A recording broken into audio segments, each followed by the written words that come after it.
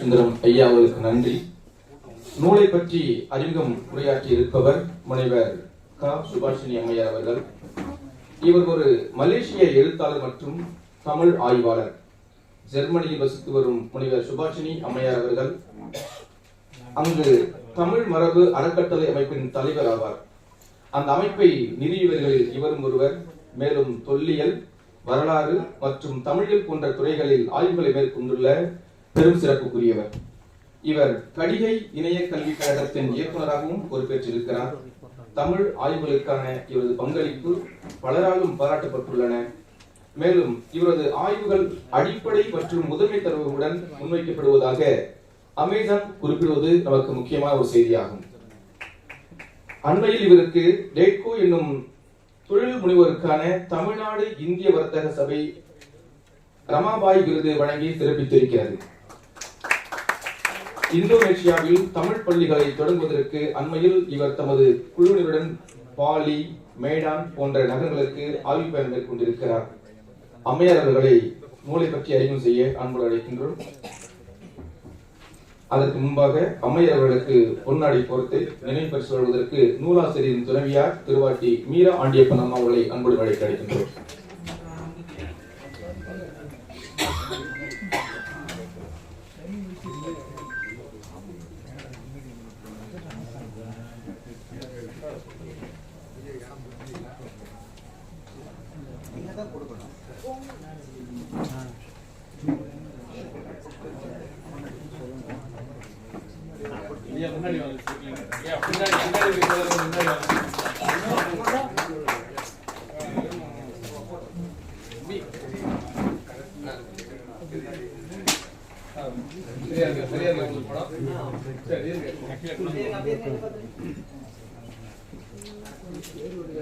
அந்த வகையில் ஒரு அருமையான ஒரு நூலாக வாமன தீவு என்ற நூல் கையில் கிடைத்த போது பார்த்து நான் வியந்து போனேன்.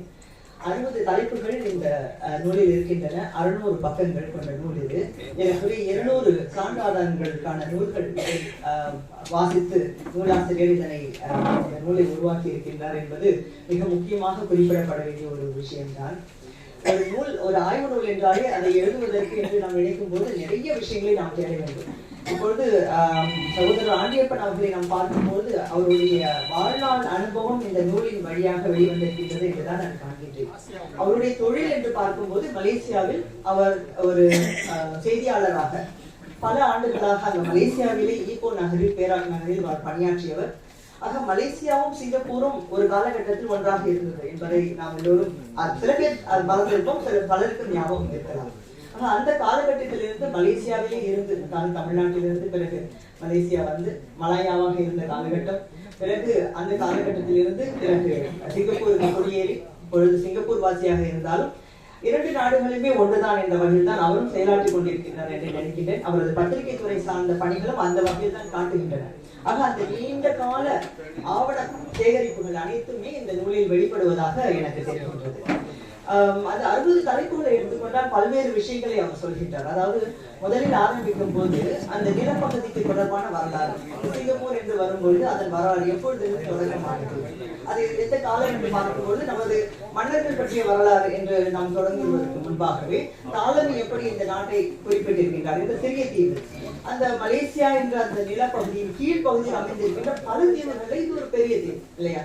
அந்த தீவை வந்து எப்படி தாலமி 2000 ஆண்டுகளுக்கு முன்பே அவர் வந்து சபானா தீவு என்ற வந்து குறிப்பிட்டிருக்கிறார் என்பதை பற்றி சொல்லி அந்த வரலாற்று விஷயங்களிலிருந்து அவர் ஆரம்பிக்கிறார்.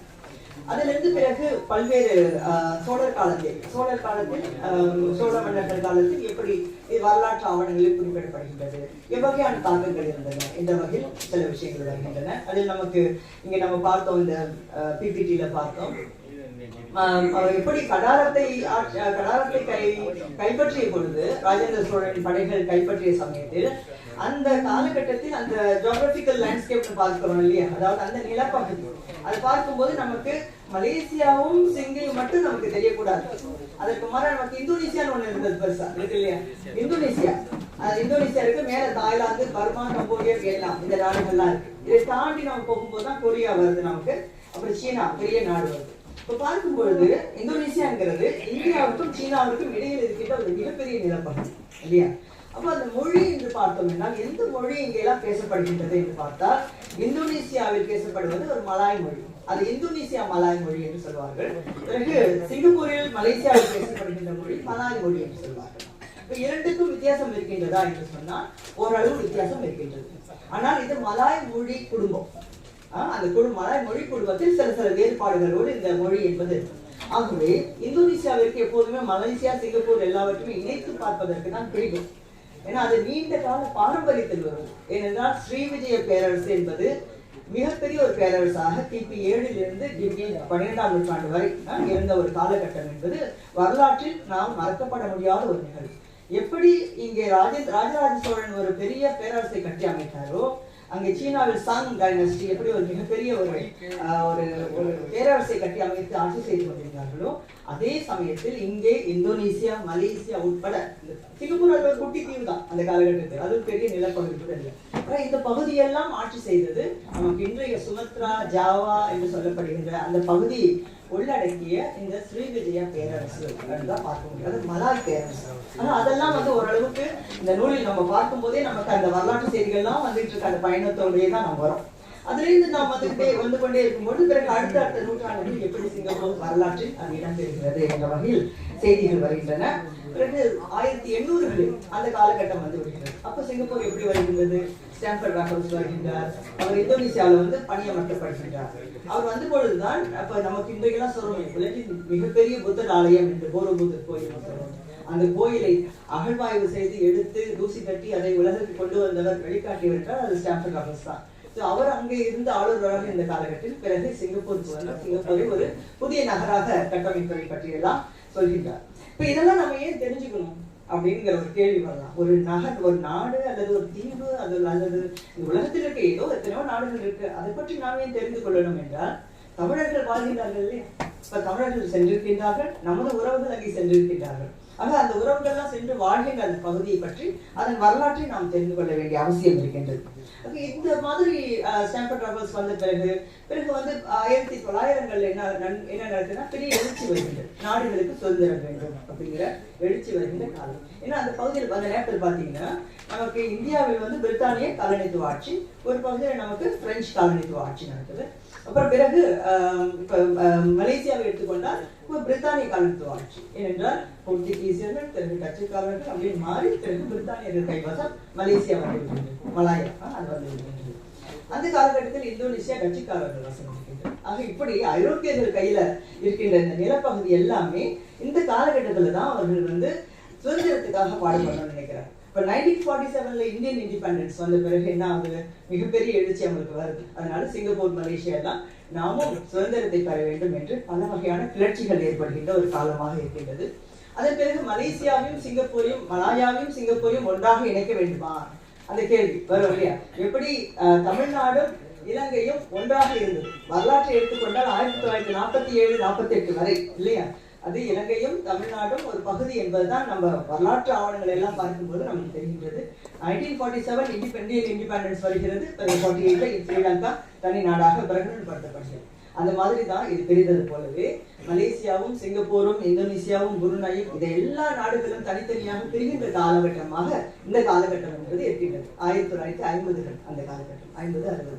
ஆக அந்த காலகட்டத்துல சில பிரச்சனைகள் எப்படி என்றால், தமிழ்நாட்டை எடுத்துக்கொண்டால் நாம் தமிழர்கள் அதிகமாக வாழ்கின்றோம். ஆனால் மலேசியாவில் எடுத்துக்கொண்டால் மலாய்க்காரர்கள் அதிகம், அதாவது ஏற்படி 55 விழுக்காடு, சீனர்கள் 35 விழுக்காடு, இந்தியர்கள் மிச்சம் ஏற்படி 8-10 விழுக்காடு இந்தியர்கள். அந்த இந்தியர்கள் என்று சொல்லிக்கொண்டால் அதில் 8 விழுக்காடு, அதாவது 100% இந்தியர்கள் என்று எடுத்துக்கொண்டால் அதில் ஏற்படி 90 விழுக்காடு தமிழர்கள். அப்படிதான் இந்த சூழல் இருக்கின்றது. ஆனா இந்த சூழல்ல மலேசியா என்ன நினைக்கிறது?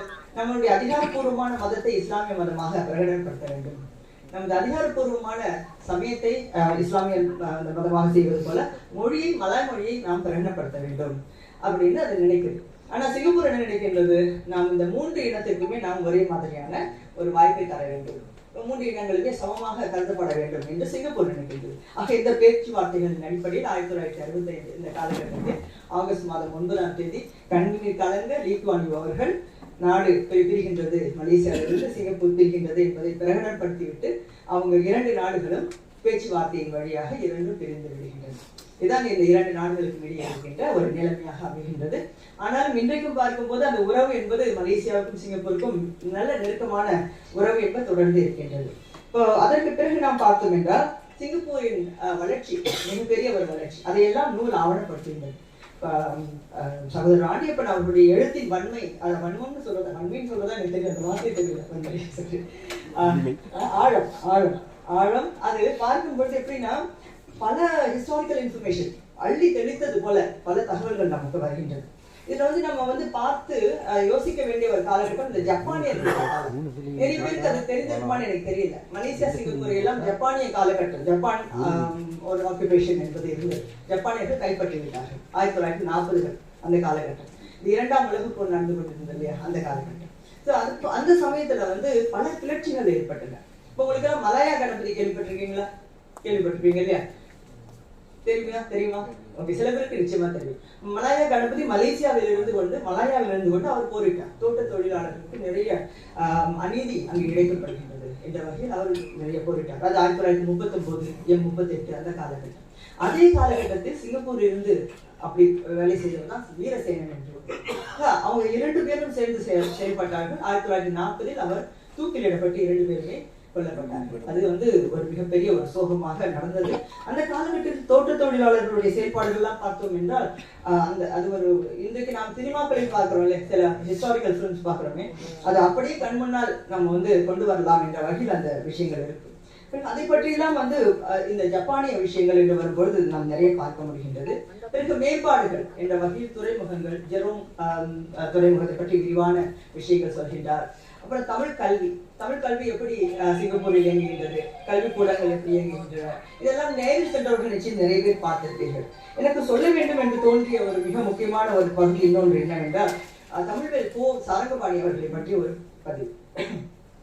ஏனென்றால் கோ சாரங்கபாணி அவர்கள் மிக முக்கியமாக நினைவு கூறப்பட வேண்டும் நினைக்கிறேன். எப்படி தனிநாயகம் அடிகள் அதிகமாக பேசப்படாமல் போனாலும் அதே போலவே கோ சாரங்கபாணி அவர்களும் பேசப்படாமலே இருக்கின்றார் தமிழ் உலகில், ஆய்வுலகில் குறிப்பாக. இப்போ மலேசியாவை எடுத்துக்கொண்டால் மலேசியா வரலாற்றில் ஏற்கனவே இந்த தமிழ்நாட்டிலிருந்து பல பகுதிகளிலிருந்து தோட்ட தொழிலாளர்களாக இந்த தமிழ் மக்கள் இருக்கின்றார்கள் இல்லையா? அவர்களுடைய வாழ்க்கை என்பது ஏற்கனவே 12 18 மணி நேரம் வேலை ஒவ்வொரு நாளும். ஞாயிற்றுக்கிழமை கூட அவர்களுக்கு ஓய்வில்லாத ஒரு சூழல். அந்த நேரத்தில் அவர்கள் என்ன செய்வார்கள் என்றால் அவர்களுக்கு குடி என்பதுதான், கள்ளுக்கடையில் அடைந்து கிடப்பதுதான் ஆண்களுக்கான ஒரு பொழுதுபோக்கு அம்சமாக அமைந்த இந்த காலகட்டம். இந்த காலகட்டத்தில் தான் சில தமிழ் அறிஞர்கள் ஆர்வலர்கள் முன் வருகின்றார்கள். அப்ப சிங்கப்பூர்ல இருந்த கோ சாரங்கபாணி அவர்கள் முன்னேற்றம் என்ற ஒரு பத்திரிகை தொடங்குகின்றார். அந்த முன்னேற்றம் என்ற பத்திரிகை இங்கே பெரியார் அவர்களுடன் தொடர்பு ஏற்படுத்துகிறது. 1929ஆம் ஆண்டு பெரியார் அவர்கள் இங்க மலாயா வரும் பொழுது அவரோடு தொடர்பு வைத்துக் கொண்டு அவர் நிறைய கலந்துரையாடல் செய்கின்றார். நான் இந்த தமிழ் வளர்ச்சி துறையுடைய தமிழ் உலகம் என்ற ஒரு பத்திரிகையில இணைய இதழில் நான் தொடர்ந்து எழுதிட்டு இருக்கேன். அதாவது மலாயா ஆவணங்கள். அதுல இந்த முன்னேற்றம் பத்திரிகையின் பல செய்திகளை நான் தொடர்ச்சியா நான் வெளியிட்டுக் கொண்டிருக்கின்றேன். ஆர்வம் உள்ளவர்கள் அந்த இதழ்களையும் பார்க்கலாம். இப்போ இது நமக்கு பல செய்திகளை கொடுக்கும். அதாவது பெரியார் அவர்கள் வரப்போகின்றார் என்று செய்தி தெரிந்தவுடன் அங்க பினாங்கில் இருக்கின்ற சிலர் என்ன செய்கின்றார்கள் என்றால் மற்றொரு ஒரு பிரசுரத்தை எல்லாருக்கும் பகிர்கின்றார்கள். அது என்னவென்றால் பெரியார் அவர்கள் வரவில்லை, அவர்கள் உடல்நலம் இல்லாதனால் அவர் வரவில்லை என்ற ஒரு பொய் பிரச்சாரம் ஒன்றை வெளியிடுகின்றார்கள். அதற்காக முன்னேற்றம் பத்திரிகையில் இவர் துணை ஆசிரியராக இருக்கும்போது அவர் ஒரு செய்தி போடுகின்றார். அந்த செய்தியை நம்பாதீர்கள், நிச்சயமாக விடுவார், பினாங்கு இப்போ சிங்கப்பூர்ல நிகழ்ச்சி நடக்கின்றது என்ற செய்திகள் எல்லாம் அவர் போடுவதெல்லாம் பார்க்கிறோம். இப்போ இன்றைக்கு நமக்கு இன்டர்நெட் வசதி இருக்கு, எவ்வளவு டிரான்ஸ்போர்டேஷன் ஃபெசிலிட்டிஸ் இருக்கு நமக்கு. அப்ப நிறைய விஷயங்களை நம்ம பார்க்க முடியும். ஆனா அந்த காலகட்டத்துல அந்த செய்தி தொடர்பே சிரமமான அந்த காலகட்டத்தில் அவர்கள் மிக கடுமையாக உழைத்தார்கள். அதோடு கோ சாரங்கபாணி அவர்கள் செய்த மிக மிக முக்கியமான ஒரு விஷயம் என்னன்னா, சுதந்திர மலேசியா 1957 சுதந்திரம் விடுகிறது. அதற்கு பிறகு அங்கே மலேசியாவின் முதல் பல்கலைக்கழகம் மலாயா பல்கலைக்கழகம் தொடங்கப்பட்ட பொழுது அங்கே ஒரு இந்தியவியல் துறை என்று ஒன்று தொடங்குகின்றார்கள். அந்த துறை முதலில் அந்த இந்தியவியல் துறையில் சமஸ்கிருதத்தை பாடமாக வைக்க வேண்டும் என்று நீலகண்ட சாஸ்திரி அவர்கள் முன்மொழிகின்றார்கள். அதை உடனே எல்லோரும் என்ன செய்கின்றார்கள் என்றால் ஆமாம் செய்ய வேண்டும் என்று எடுத்துக்கொள்கின்றார்கள். ஆனால் அதை எதிர்ப்பதற்காக கோ சாரங்கபாணி அவர்கள் தனிநாயகம் அடிகளை துணையாக எடுத்துக்கொண்டு மலேசியா முழுவதுமாக அவர் நடைப்பயணம் செய்கின்றார். அதாவது பெர்லிஸில் இருந்து கடைசி ஜொஹூர் வரைக்கும் அவர் நடைப்பயணம் செய்கின்றார். அங்கே நடைப்பயணம் சென்று அங்கே காசு 2,60,000 அங்கே அந்த பணத்தை பெற்று 10,000 நூல்களை வாங்கி நாங்கள் தமிழில் அதிகமாக நூல்களை வைத்து விட்டோம், ஆகவே தமிழ் துறை தான் இருக்க வேண்டும் என்று அவர் அன்று அந்த தமிழ் துறையை உருவாக்கினார். ஆனால் என்ன இன்றைக்கு நினைத்து பார்க்கும்போது இப்பொழுது நீங்க மலாயா பல்கலைக்கழகத்தில் இருக்கும் தமிழ் துறைக்கு சென்று பார்த்தீர்கள், அவர்கள் போட்ட உழைப்பெல்லாம் இன்றைக்கு பயனற்று போய்விட்டது என்பதை நான் மலேசியராக நானே சொல்கின்றேன். ஏனென்றால் அங்கு பணிபுரிகின்ற அத்தனை பேராசிரியர்களும் வேதத்தையும் சமஸ்கிருதத்தையும் யோகத்தையும் அதில் தான் கவனத்தை செலுத்திக் கொண்டிருக்கின்றார்கள். பெரும்பாலானவர்கள் எனது நண்பர்கள் தான். ஆனாலும் அவர்களுக்கு இந்த கடும் உழைப்பின் பின்னணி எதுவுமே தெரியாத ஒரு சூழல் இருக்கின்றது. ஆக அந்த கடும் உழைப்பை பற்றியும் தனிநாயக மொழிகள் பற்றியும் சாகுபாடி அவர்கள் பற்றியும் பெரியாரின் வருகை அதன் பிறகு சீர்திருத்தங்கள் இதை பற்றியெல்லாம் அதிகம் பேச வேண்டிய ஒரு சூழல் என்பது மலேசியா சிங்கப்பூரில் எல்லாம் இருக்கின்றது. ஆக இதையெல்லாம் நாம் ஏன் சொல்கின்றோம் என்றால் இத்தகைய நூல்கள் நமக்கு வேண்டும், வரலாறு சரியாக ஆவணப்படுத்தப்பட வேண்டும், வரலாறு சரியாக பேசப்பட வேண்டும். அதற்கு இந்த நூல் மிகப்பெரிய ஒரு தொண்டாற்றும் என்று நான் கருதுகின்றேன். இந்த நூலை படைத்திருக்கின்ற சகோதரர் ஆண்டியப்பன் அவர்களுக்கு எனது வாழ்த்துக்கள், பாராட்டுக்கள். தமிழகம் அவர்களுக்கு நன்றி.